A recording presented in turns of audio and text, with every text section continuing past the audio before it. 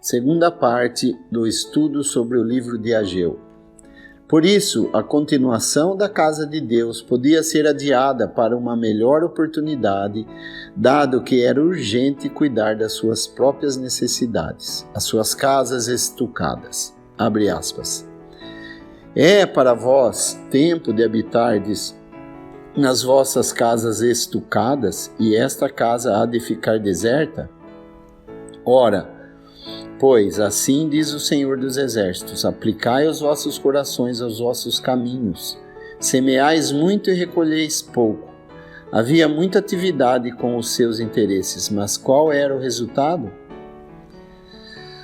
Comeis, mas não vos fartais, bebeis, mas não vos saciais, vesti-vos, mas ninguém se aquece. Fecha aspas. Assim, o amargo desapontamento é inevitável sempre que o povo de Deus vive para si, em vez de confiar naquele que cuida dos fiéis.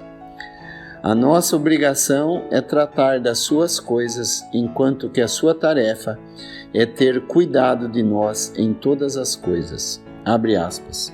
E o que recebe salário num saco furado. Fecha aspas. De toda maneira, havia aflições para o coração egoísta. Pela graça, a nova chamada para considerarem os seus caminhos. Primeiro foram censurados, depois encorajados e exortados. Abre aspas. Assim diz o Senhor dos Exércitos: aplicai os vossos corações aos vossos caminhos. Subi ao monte e trazei madeira e edificai a casa, e dela me agradarei, e eu serei glorificado, diz o Senhor. Olhastes para muito, mas eis que alcançaste pouco. E esse pouco, quando o trouxestes para cá, eu lhe assoprei. Por que causa? Disse o Senhor dos Exércitos: por causa da minha casa que está deserta, e cada um de vós corre à sua própria casa. Não conheço nada deste gênero tão tocante como o sentimento que o Senhor tem do desinteresse do seu povo. Seguramente não era a grandeza de pedras que convinha à presente condição do remanescente, nem tampouco o Senhor que deixou da inferioridade da casa quando comparada com a de Salomão, mas ressentiu-se com a sua indiferença. Certamente nós sabemos, ou deveríamos saber, que ele não necessita de coisa alguma das mãos dos homens para a sua glória, mas é muito sensível à indiferença de coração a seu respeito. A verdade é que a glória do Senhor está ligada com as mais ricas bênçãos do seu povo. Não há melhor maneira de servir uma alma que encher o seu coração do Senhor. Os outros meios são, quando muito, negativos, por mais valiosos. Sem dúvida, a aplicação moral de Ageu aos dias atuais é verdadeiramente notável sob todos os pontos de vista. A chamada para cuidarem da casa do Senhor e se interessarem pela glória do seu nome, não só no seu verdadeiro significado, mas nas pormenorizadas instruções, tem uma aplicação espantosa aos dias de hoje. Porém, não há nada mais importante em tudo isto do que o valor que o Senhor atribui à devoção que seu povo tem por si e ao seu culto. É, portanto, claro que o fracasso era maior do que as meras circunstâncias, e isto era tanto mais notável quanto é certo que Deus já não tinha o seu trono em Israel, mas nem por isso abrandava o seu governo moral. Isso deve ser ponderado. Já não se tratava de uma questão de um governo real em seu nome como testemunho para todas as nações. Esse governo havia sido derrubado. O trono do Senhor não estava em Sião, nem em parte nenhuma da terra.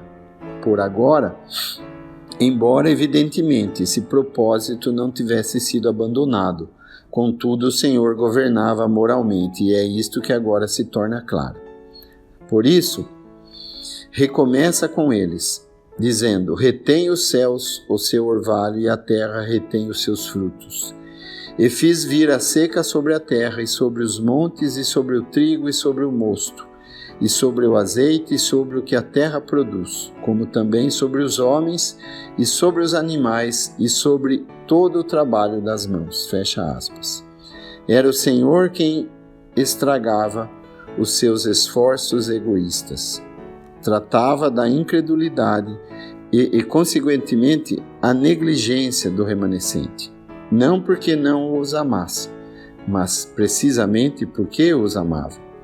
Porque o Senhor corrige o que ama e açoita qualquer que recebe por filho. Hebreus 12, versículo 6.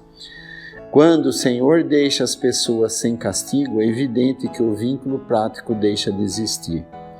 Se é que tal vínculo existia, visto que, de qualquer modo, não os reconhece. Por isso, os próprios castigos que caíram sobre os judeus eram uma prova, embora de gênero triste, que os seus olhos estavam postos neles e que sentia a negligência dele e ressentia a infidelidade divina.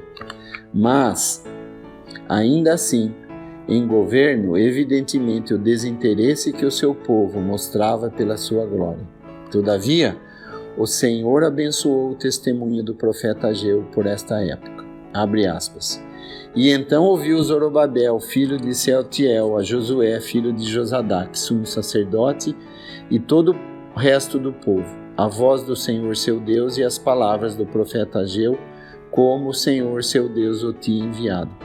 E temeu o povo diante do Senhor. Então Ageu, o embaixador do Senhor, falou ao povo: creio eu, uma prova de muita amabilidade, a maneira como o Senhor provê as necessidades do seu povo em dias de muita fraqueza. Ageu é o menor dos profetas de após cativeiro, e o primeiro deles a aparecer, mas é o único chamado para ter este peculiar nome de honra. Os críticos convidados a dar a sua opinião sobre Ageu falam dele como o mais tímido em estilo, o mais prosaico de todos os profetas. Mas, apesar disso, era o profeta do Senhor. A sabedoria humana é loucura, a loucura de Deus. Como os homens pensam, é mais sábia do que a dos homens. O próprio profeta, que se ocupa simplesmente de coisas vulgares, falando das suas casas estucadas, de semearem muito e de sacos com fundo furado, nada senão de coisas correntes e vulgares. No entanto, era este mesmo o mensageiro do Senhor. Estou persuadido que o princípio é precisamente o mesmo agora. É o que vemos na previsão que o Senhor faz aos discípulos em Mateus capítulo 17, a que já nos referimos quando os avisa contra pedras de tropeço.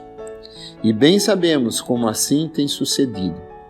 Como o que outrora era belo e vigoroso e livre em seu progresso sobre a vastidão das águas naufragou e se fez em pedaços.